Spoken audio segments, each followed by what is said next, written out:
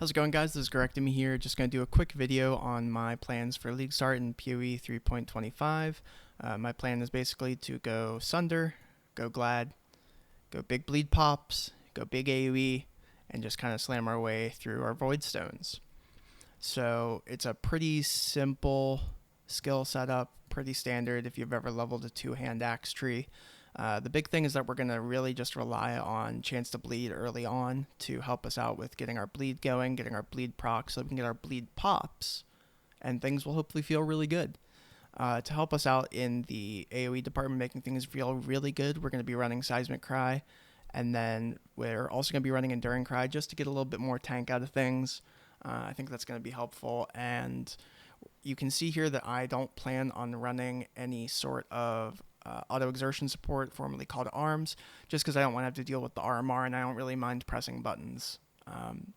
So, if you don't want to do that, you can probably just run Call to Arms with Seismic Cry, maybe drop an aura, or maybe add the auras in later once you get more armour on the tree and on gear.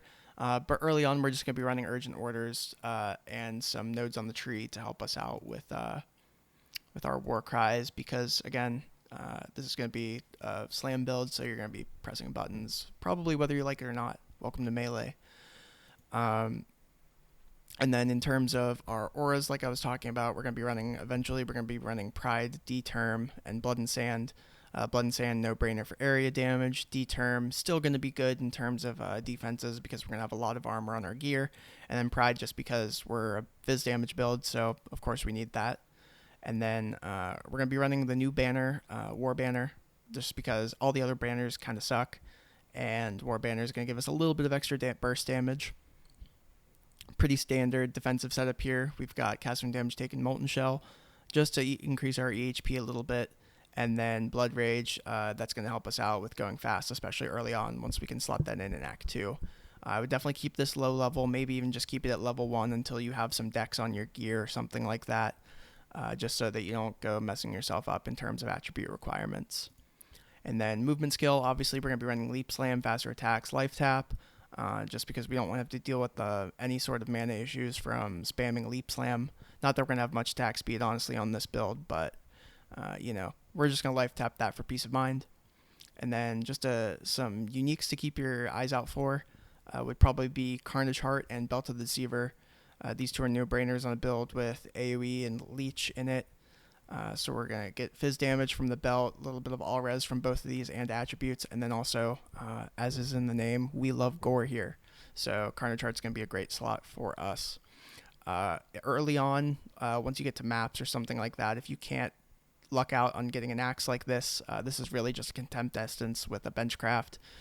Pretty bare-bones axe, but it still gets us over that 500 PDPS mark, which is probably going to make this skill feel good enough, in your early progression. And this will be good enough until you, luck into something better on later. But like I said, in terms of uniques, you could look out for us Invicta's Metal. These are probably going to be a little bit competitive, though, in terms of other people picking it up, because everybody wants to play Melee this league. And again, this is just sort of one of those no-brainer check off the boxes for early mapping uniques. And then in terms of our gear, this is all just life res armor gear.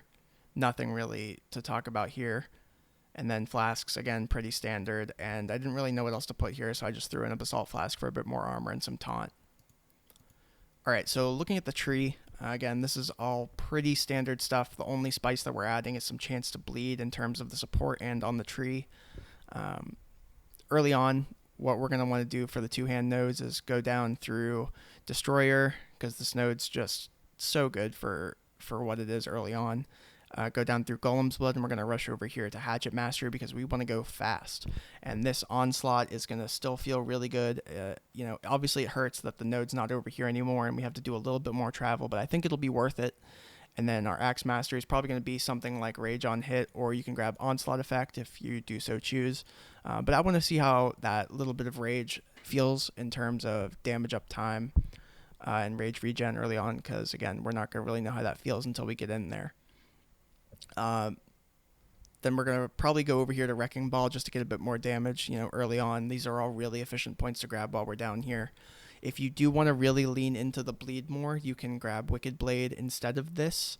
You're going to be going over here and grabbing this anyways after this. So if you feel like you need more bleed chance for helping out with the bleed pops from normal lab, I would probably just go ahead and grab Wicked Blade and then come down here and grab Wrecking Ball. And then going into Cruel Lab, we're going to probably just go over here and grab Spirit of War. This is just such an easy node to grab for Mana Leech. It's really nice to not have to travel all the way over here like we did previous leagues. This will save us a few points and a little bit of travel. And then Martial Experience, again, this node's just right here, and that's going to help us out with a bit more Life Leech on top of anything that we might get when we have Blood Rage going. And then what really needs to happen for Cruel Lab is we need to rush over here to Resolute Technique, because early on we're going to probably be running a Precision to help us out with accuracy. Pretty common issue on two-hand builds like this is accuracy, so we're going to completely ignore that by running Resolute Technique. If you've ever played any sort of Bone Shatter or Sunder leveling in the past, you know that we just kind of have to do this at this point. So we're going to come up here and grab Resolute Technique, and then after that, while we're here, we're going to grab some more life on the tree just to get us a little bit more bulked up. And then I would also definitely grab Cloth and Chain to help us out with resistances early on, because this will just save us so much time when we're running, if you're trying to go really fast and still running some blue gear from Acts 1 and 2. So this will help us out a lot in terms of the res department. And then the one thing that is really important about our Cruel Lab is that we grab Jagged Technique. This is going to basically triple our bleed damage, and this will help us out with not having to really spec into any bleed dot scaling or damage over time multi. So after we grab that, we can actually just go ahead and probably drop Bloodletting, unless you really feel like you need this chance to bleed. Maybe you still run the chance to bleed support, and you don't want to swap it out for like melee fizz early on or something like that. That's fine to do. So you can probably drop these nodes after you grab Jagged Technique, and that'll help you start moving around the tree a little bit faster. Going to a Merc Lab, this is probably we're going to probably start grabbing a little bit more defense, probably trying to slot in Determination if we're running a damage or early on, like Herald of Purity or something like that. And that's when we're probably going to want to grab Champion of the Cause and grab Leader of the Pack. There is definitely an argument to be made for just going up to Sovereignty, but because we're already down at the side of the tree and we grabbed Hatchet Mastery, it's probably going to save us a point or two to grab Leader of the Pack and Champion of the Cause instead. And we also have this Mana Mastery over here, so staying in this side of the tree saves us a little bit of travel, saves us a little bit of downtime on getting our damage increases going on the tree. And then again, in terms of tank, we can come up here and grab Soul of Steel, get a little bit of max res going. This one you can probably hold off on for now.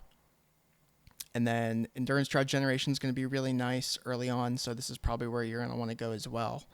And having Endurance Charges up is just going to feel so good next league, especially because, they've added increased elemental damage reduction to that, so it's going to make all of our res go a little bit further. So, this, especially if you have less res, this is going to go a long way for helping us out in terms of having really shit gear early on. So we're going to grab these two Endurance Charge nodes here as well, and then we're just going to kind of keep trucking on through the rest of the campaign.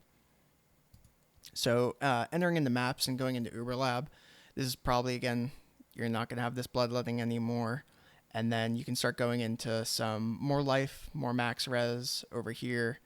Grab this max res node over here as well, and clean up some of our pathing over here as well, I forgot to mention.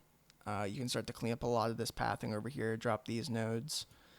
You can kind of do that whenever you so please. And one of the other things is that because we're also going to be running Enduring Cry, things like warcry support are going to probably feel pretty good. This is going to be something you'll have to play around with. Again, if we're going to be not running any sort of auto exertion or anything like that, this is going to feel really nice. There's definitely an argument to be made for running something like Natural Authority to get a bit more Warcry speed. And we also have this Warcry Mastery here that we have some options for. Probably our best option here. I'm probably not going to pick any of these yet. We'll see. But again, there's definitely some room to run Natural Authority if you think you can drop some damage nodes, maybe drop Martial Experience eventually, and you can go over here and grab this to help your warcries feel a little bit better, because the big AoE that we get from Seismic Cry is just going to be feel too good to not be pianoing for it. And then a little bit more damage over here from Slaughter as well. You can probably grab this pretty early on if you really want to, if you want more damage.